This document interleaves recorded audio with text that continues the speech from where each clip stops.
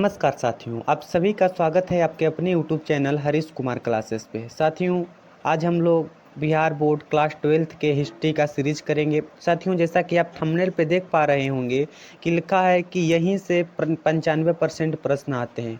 तो 100% साथियों, ये इसी सीरीज से 95% प्रश्न आएंगे और 95 क्या 100% इसी सीरीज से प्रश्न आएंगे। अगर जो बच्चा 2025 में इंटरमीडिएट की परीक्षा देने वाला है उसके लिए ये सीरीज बेहद ही इम्पोर्टेंट साबित होने वाला है। साथियों हिस्ट्री का सीरीज का आज हम लोग शुरुआत कर रहे हैं। लगभग 2-3 क्लास में हिस्ट्री के सीरीज को समाप्त कर दिया जाएगा और इससे बाहर हिस्ट्री के प्रश्न नहीं आएंगे। जैसा कि सेकंड वाले पे देख रहे होंगे, सेकंड वाले थंबनेल पे देख पा रहे होंगे कि कैसे करें 95% स्कोर। तो अगर आपको पता होगा कि हम लोग अभी लास्ट समय में चल रहे हैं, हम लोग किताब तो पढ़ नहीं पाएंगे, इसलिए आप जितना हो सके प्रैक्टिस करिए और प्रैक्टिस सेट लगाइए। साथियों, तो आपके लिए मैं लेकर के आया हूँ प्रैक्टिस सेट, इससे बाहर कुछ नहीं आएगा। साथियों, तो चलिए हम लोग विलंब न करते हुए अपने क्लास 1 को शुरुआत करते हैं। अगर आपको हमारी ये वीडियो अच्छा लगे तो आप हमें कमेंट करके ज़रूर बताएं, और अच्छा लगे तो लाइक शेयर एंड सब्सक्राइब तथा कमेंट करके ये बताएं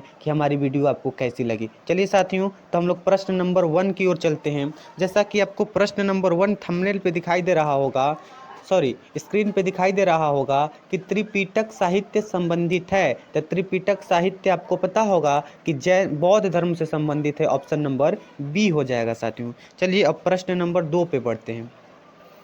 प्रश्न नंबर 2 कहता है कि कनिष्क का राज्यारोहण हुआ था। तो कनिष्क का राज्यारोहण आपको पता होगा कि 78 ईस्वी में हुआ था, अर्थात ऑप्शन नंबर बी हो जाएगा 78 ईस्वी में। चलिए साथियों, अब प्रश्न नंबर 3 पर बढ़ते हैं। प्रश्न नंबर 3 कहता है कि महाभारत का युद्ध कितने दिनों तक चला। तो महाभारत का युद्ध 18 दिनों तक चला था। महाभारत का युद्ध 18 दिनों तक चला था। ऑप्शन नंबर डी हो जाएगा। ऑप्शन नंबर डी हो जाएगा। चलिए अब प्रश्न नंबर 4 पे चलते हैं। प्रश्न नंबर 4 कहता है कि अशोक के किस अभिलेख में कलिंग युद्ध का वर्णन है। तो अशोक के 13वां अभिलेख में उसके कलिंग युद्ध का वर्णन किया गया है। अब प्रश्न नंबर 5 पे चलते हैं। प्रश्न नंबर 5 कहता है कि चोलों की सबसे छोटी प्रशासनिक इकाई कौन थी। तो चोलों की सबसे छोटी प्रशासनिक इकाई ऊर थी। ऑप्शन नंबर ए हो जाएगा।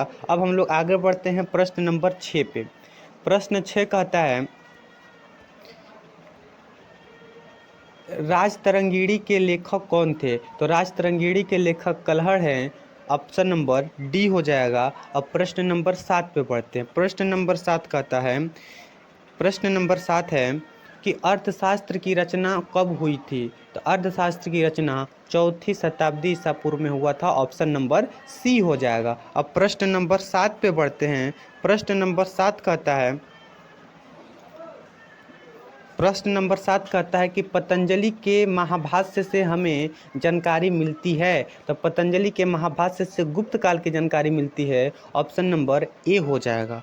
अब प्रश्न नंबर 9 पे बढ़ते हैं। प्रश्न नंबर 9 कहता है पुराणों की संख्या कितनी होती है। तो पुराणों की संख्या 18 होती है। ऑप्शन नंबर बी हो जाएगा। अब प्रश्न नंबर 10 पे चलते हैं। प्रश्न नंबर 10 कहता है कि मौर्य काल टकसाल का प्रधान कौन था।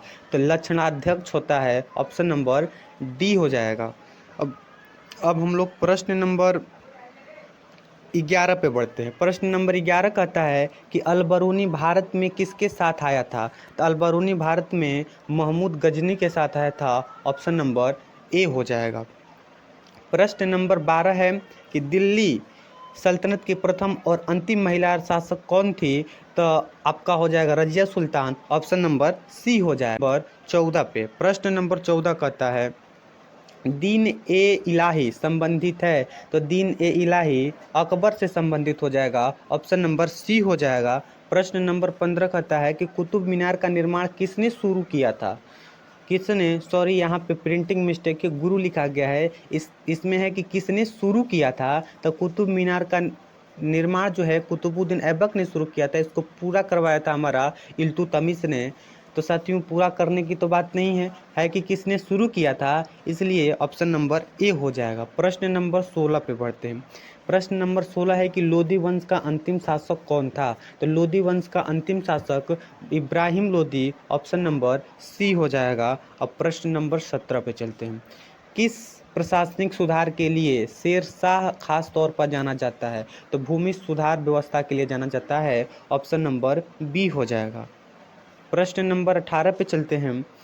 सहायक संधि की नीति कार्यान्वित किया। तो किसने सहायक संधि की नीति को कार्यान्वित किया। तो वेलेस्ली ने किया था, वेलेस्ली ने किया था, ऑप्शन नंबर सी हो जाएगा। प्रश्न नंबर 19 है कि 1857 का विद्रोह आरंभ हुआ। तो 10 मई को आरंभ हुआ था 1857 का विद्रोह, 10 मई को आरंभ हुआ था, ऑप्शन नंबर ए हो जाएगा। 20 का है कि 1942 में कौन सा आंदोलन हुआ था। तो 1942 में भारत छोड़ो आंदोलन हुआ था 8 अगस्त 1942 ईस्वी को। प्रश्न नंबर 21 है कि व्यापकता का सिद्धांत का संबंध था। तो व्यापकता का जो सिद्धांत था Lord Dalhousie, option number B हो जाएगा। प्रश्न नंबर 22 है कि अस्थाई बंदोबस्त जुड़ा था। तो अस्थाई बंदोबस्त कॉर्नवालिस से, ऑप्शन नंबर सी हो जाएगा।